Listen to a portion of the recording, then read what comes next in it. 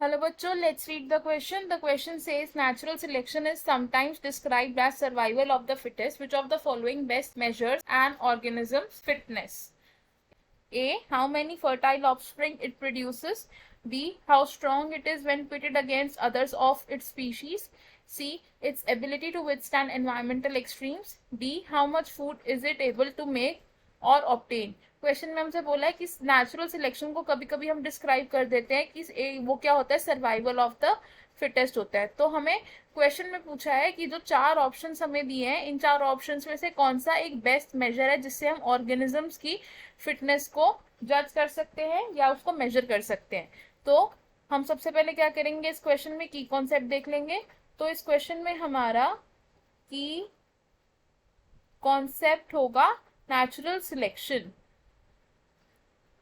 Natural selection, natural selection क्या होता है? नेचुरल सिलेक्शन है एक mechanism of evolution. Mechanism of evolution. Natural selection को हम कैसे लिख सकते हैं कि जो बेटर अडेप्टेड ऑर्गेनिजम्स होते हैं वो सरवाइव कर लेते हैं, और जो ऑर्गेनिजम्स एनवायरनमेंट में बेटर अडेप्टेड नहीं होते वो सरवाइव नहीं कर पाते। तो हम इसे कैसे लिखेंगे? Better adapted organisms survive and those who do not adapt to environment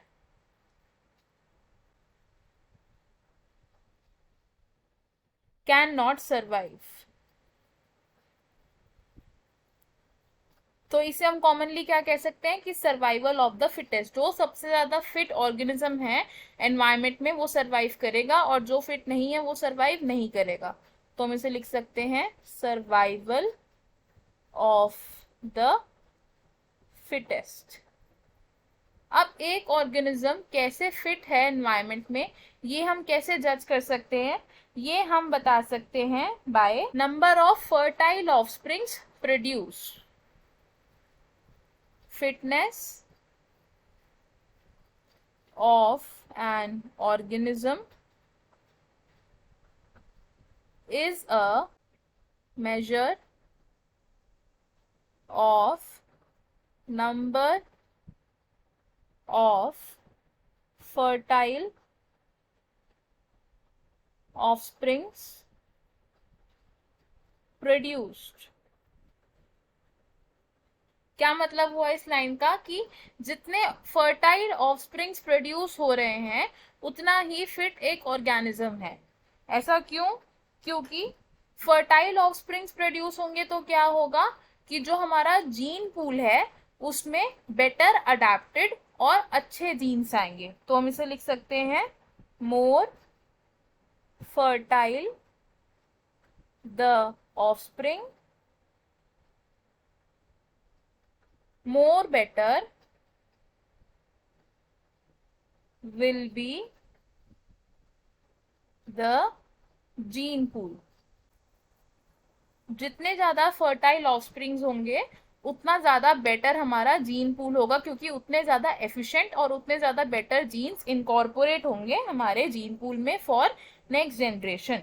तो हमें हमारे क्वेश्चन का आंसर मिल गया। क्वेश्चन में हमसे पूछा था कि हम कैसे डिसाइड कर सकते हैं कि एक ऑर्गेनिज्म कितना फिट है। तो हमारा आंसर क्या होगा इसमें? ऑप्शन ए, यानी कि how many fertile offsprings it produces. तो हम लिखेंगे इसमें ऑप्शन ए इज करेक्ट। अब देख लेते हैं कि बाकी ऑप्शंस क्यों इनकरेक्ट है। ऑप्शन बी से how strong it is when pitted against other of its species. तो ये एक मेजर नहीं है जिससे कि हम किसी ऑफस्प्रिंग की फिटनेस को जज कर सकते हैं, तो इसलिए ये ऑप्शन रॉन्ग हो जाएगा। ऑप्शन सी से its ability to withstand environmental extremes.